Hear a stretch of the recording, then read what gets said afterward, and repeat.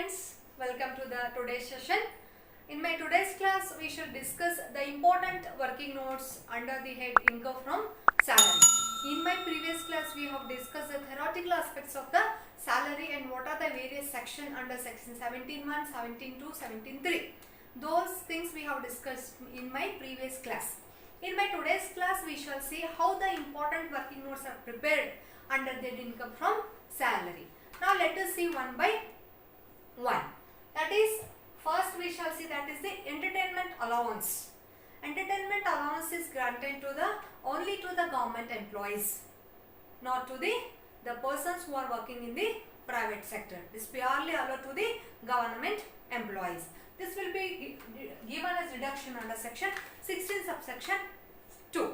Now let us see how it will be computed. Here for the calculation of entertainment allowance received, how we have to calculate the deduction means, first of all we have to see the actual entertainment allowance received or maximum 5,000 or 20% of basic salary.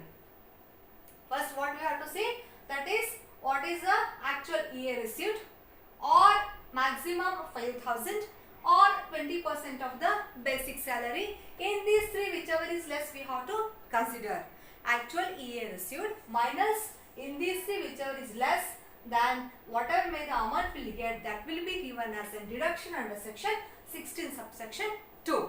This is one of the most important working note we have to do for the entertainment allowance if the employee is working in a government sector. Remember it, that is this deduction will be allowed to only to the government employee, not to the private, the employee who is working in a private company. Okay. Now this is one of the most important working note. Now let us see second most important working note, that is the calculation of employer's contribution to RPF. In my previous class I have explained you under section 17.1, that is the employer's contribution to RPF will be exempted up to the 12% of the salary. Okay, so here first what we have to consider, actual contribution of employer to the RPF, that is we have to take here. Okay, that is RPF means what here? Recognized Provident Fund. Provident Fund. Okay. First what we have to consider, actual contribution of employer to the RPF. Now from this what we have to deduct means less exempt, that is first we have to consider actual contribution of employer to RPF or 12% of the salary. How much we have to consider? Only 12% of the salary. In these two, whichever is less, if we deduct, we will get the taxable contribution to the RPF. Then like this only, the next will be the interest credited to RPF. That is the interest will be exempted up to the 9.5%. Whatever may be the excess, for example, if it is 10%, then the 1.5 will be liable to tax. Like the 11%, 2.5, that is maximum the exemption will be given up to the 9.5%. Excess will be liable to tax. These are the three working notes we have discussed today. Now I explain you once in Kannada. ವಿದ್ಯಾರ್ಥಿಗಳೇ, ನಾವು ಇವತ್ತಿನ ನನ್ನ ಕ್ಲಾಸಲ್ಲಿ salary head ಅಲ್ಲಿ ಬರೋ important working notes ಅನ್ನ ನೋಡೋಣ. That is first ಯಾವುದು ಎಂಟರ್ಟೈನ್ಮೆಂಟ್ ಅಲೌನ್ಸ್, ಇದನ್ನ ನಾವು ಡಿಡಕ್ಷನ್ ಆಗಿ ಕೊಡ್ತೇವೆ ಅಂಡರ್ ಸೆಕ್ಷನ್ 16 ಸಬ್ಸೆಕ್ಷನ್ 2. ಆಮೇಲೆ ನೆನ್ಪಿಟ್ಕೊಳ್ಳಿ, ಈ ಅಲೌನ್ಸ್ ಅನ್ನ ನಾವು it will be allowed to only to the government employee.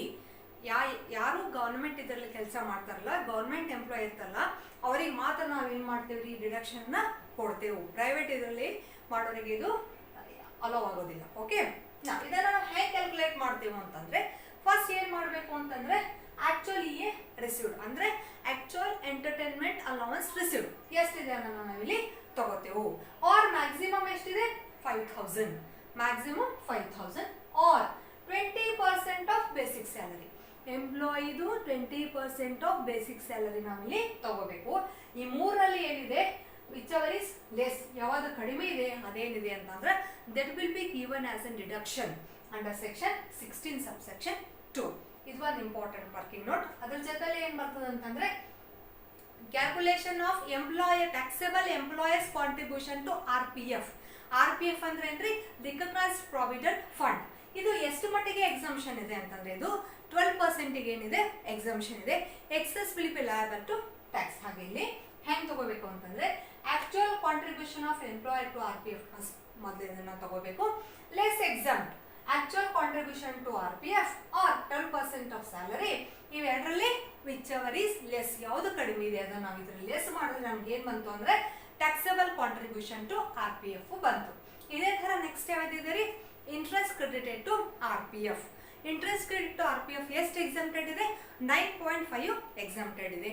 Excess will be liable to tax. ಹೆಂಗಂತಂದ್ರೆ ಫಾರ್ ಎಕ್ಸಾಂಪಲ್ 10.5 ಇತ್ತು ಅಂತಂದ್ರೆ 9.5 ವಿಲ್ ಬಿ ಎಕ್ಸಂಪ್ಟೆಡ್. 10 ನಲ್ಲಿ 9.5 ಲೆಸ್ ಮಾಡಿದ್ರೆ ನಮ್ಗೆ ಎಷ್ಟು ಉಳಿತು, that will be liable to tax. ಅದೇ ತರ 11 ಇತ್ತು ಅಂದ್ರೆ 11 ನಲ್ಲಿ 9.5 ಲೆಸ್ ಮಾಡಬೇಕು.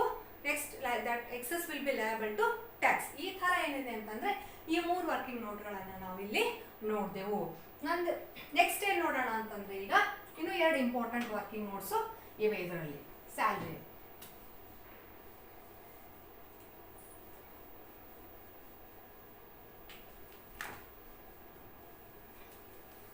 ಯಾವ್ದು ಅಂತಂದ್ರೆ ನೆಕ್ಸ್ಟ್ ನಾವೇನ್ ಮಾಡೋಣ ಅಂತಂದ್ರೆ ಎಜುಕೇಶನ್ ಅಲೋವನ್ಸ್ ಮತ್ತೆ ಹಾಸ್ಟೆಲ್ ಅಲೋವನ್ಸ್ ಇವನ್ನ ಹೆಂಗ್ ಮಾಡ್ತಾರಂತ ನೋಡೋಣ. ಓಕೆ ಸ್ಟೂಡೆಂಟ್ಸ್, ಇಲ್ಲಿ ನಿಮ್ಗೆ ಗೊತ್ತಿರಲಿ the education allowance will be exempted. ಎಷ್ಟಿದೀರಿ, ಎಜುಕೇಶನ್ ಅಲೋವನ್ಸ್ ಏನಿದೆ ಅಂತಂದ್ರೆ it will be exempted 100 per month for 2 children. ಎಷ್ಟಿದೆ 100 per month for 2 children. ಅಂದ್ರೆ actual education allowance received less exempted up to 100 into 12 into 2. ಅದರಲ್ಲಿ ಅದು ನೀವು ಲೆಸ್ ಮಾಡಿದ್ರೆ ನಿಮ್ಗೆ ಏನ್ ಬಂತು ಅಂತಂದ್ರೆ ಟ್ಯಾಕ್ಸೇಬಲ್ ಎಜುಕೇಶನ್ ಅಲೌವೆನ್ಸ್ ನಿಮ್ಗೆ ಬಂತು. ಓಕೆ, ಅದೇ ತರ ಇನ್ನೊಂದು ಬರ್ತದೆ, ಯಾವುದು ಹಾಸ್ಟೆಲ್ ಅಲೌವೆನ್ಸ್ ಅಂತ ಹೇಳಿ ಬರ್ತದೆ. ಇಲ್ಲಿ ಹಾಸ್ಟೆಲ್ ಅಲೌವೆನ್ಸ್ ಎಷ್ಟು ಎಕ್ಸಂಪ್ಟೆಡ್ ಇದೆ ಅಂತಂದ್ರೆ ನಿಮಗೆ ಗೊತ್ತಿದೆ. Hostel allowance will be exempted up to 300. ಎಷ್ಟಿದೆ ರೀ, 300 for per month for 2 childrens. 300 into 12 into 2. ನೆನ್ಪಿಟ್ಕೊಳ್ಳಿ, education allowance will be 100 into 12 into 2. ಅದೇ ತರ ಹಾಸ್ಟೆಲ್ ಅಲೌವೆನ್ಸ್ 300 into 12 into 2. ಇದನ್ನ ನಾವು ಹೆಂಗ್ ಕ್ಯಾಲ್ಕುಲೇಷನ್ ಮಾಡಬೇಕು ಅಂತಂದ್ರೆ ಆಕ್ಚುಯಲ್ ಹಾಸ್ಟೆಲ್ ಅಲೌವೆನ್ಸ್ ರಿಸೀವ್ ಏನ್ ಕೊಟ್ಟಿರ್ತಾರೆ ಅದು less exempted 300 into 12 into maximum ನಾವು ಎಷ್ಟು ಚಿಲ್ಡ್ರನ್ ಕೊಡಬೇಕು, ಓನ್ಲಿ ಫಾರ್ 2 ಚಿಲ್ಡ್ರನ್. ಅದರಲ್ಲಿ ಅದು ನೀವು ಲೆಸ್ ಮಾಡಿದ್ರೆ ನಿಮ್ಗೆ ಏನ್ ಬಂತು, ಟ್ಯಾಕ್ಸೇಬಲ್ ಹಾಸ್ಟೆಲ್ ಅಲೌವೆನ್ಸ್ ಬಂತು. ಅದೇ ತರ ಏನಿದೆ ಎಜುಕೇಶನ್ ಅಲೌವೆನ್ಸ್, ಈಗ ನಿಮ್ಗೆ ಹೇಳ್ದಲ್ಲ ಆಕ್ಚುಯಲ್ ಎಜುಕೇಶನ್ ಅಲೌವೆನ್ಸ್ ರಿಸೀವ್ಡ್ ಏನಿದೆ ಅದು XX ತಗೊಂಡು less exempted up to 100 into 12 into for 2 children. Less ಮಾಡಿದ್ರೆ ನಿಮ್ಗೆ ಏನ್ ಬಂತು ಅಂದ್ರೆ ಟ್ಯಾಕ್ಸೇಬಲ್ ಎಜುಕೇಶನ್ ಅಲೌವೆನ್ಸ್ ಬಂತು. ಇವತ್ತಿನ ನನ್ನ ಕ್ಲಾಸಿನಲ್ಲಿ ನೀವು 5 ವರ್ಕಿಂಗ್ ನೋಟ್ಸ್ ಅನ್ನ ನೋಡಿದ್ದೀರಾ. ಓಕೆ, ಯಾವ್ದು ಫಸ್ಟ್ ಯಾವ್ದು ನೋಡಿದ್ರೆ ನಾವು entertainment allowance under section 16 subsection 2 ನಾವು ನೋಡಿದೆವು. ಅದೇ ತರ ಎಂಪ್ಲಾಯರ್ಸ್ ಕಾಂಟ್ರಿಬ್ಯೂಷನ್ ಟು RPF ನೋಡಿದೆವು, interest credited to the RPF ನೋಡಿದೆವು, ಮತ್ತು ಟ್ಯಾಕ್ಸೇಬಲ್ ಎಜುಕೇಶನ್ ಅಲೌವೆನ್ಸ್ ನೋಡಿದೆವು, ಟ್ಯಾಕ್ಸೇಬಲ್ ಹಾಸ್ಟೆಲ್ ಅಲೌವೆನ್ಸ್ ಅನ್ನ ನೋಡಿದೆವು. ಇವೇನಿವೆ ಅಂತಂದ್ರೆ ಸ್ಯಾಲರಿಯಲ್ಲಿ ಬರುವಂತ ಸಣ್ಣ ವರ್ಕಿಂಗ್ ನೋಟ್ಸ್ ಇವೆ. ಇದನ್ನ ನೆಕ್ಸ್ಟ್ ಕ್ಲಾಸ್ ಅಲ್ಲಿ ಏನ್ ಮಾಡೋಣ ಅಂತಂದ್ರೆ 2 ಇಂಪಾರ್ಟೆಂಟ್ ಇವೆ, ದೊಡ್ಡ ಇಲ್ಲಿ ವರ್ಕಿಂಗ್ ನೋಟ್ಸ್ ಬರ್ತದೆ. That is the value of RFA ಅಂದ್ರೆ ರೆಂಟ್ ಫ್ರೀ ಅಕಾಮಡೇಷನ್, ಅದನ್ನ ಹೆಂಗ್ ಕಂಡುಹಿಡಿತಾರೆ ಮತ್ತು ವ್ಯಾಲ್ಯೂ ಆಫ್ ಮೋಟಾರ್ ಕಾರ್ ಅನ್ನ ಹೆಂಗ್ ಕಂಡುಹಿಡಿತಾರೆ ಅನ್ನೋದನ್ನ ನಾವು ನನ್ನ ನೆಕ್ಸ್ಟ್ ಕ್ಲಾಸ್ ಅಲ್ಲಿ ನೋಡೋಣ. Please if you want to interested to C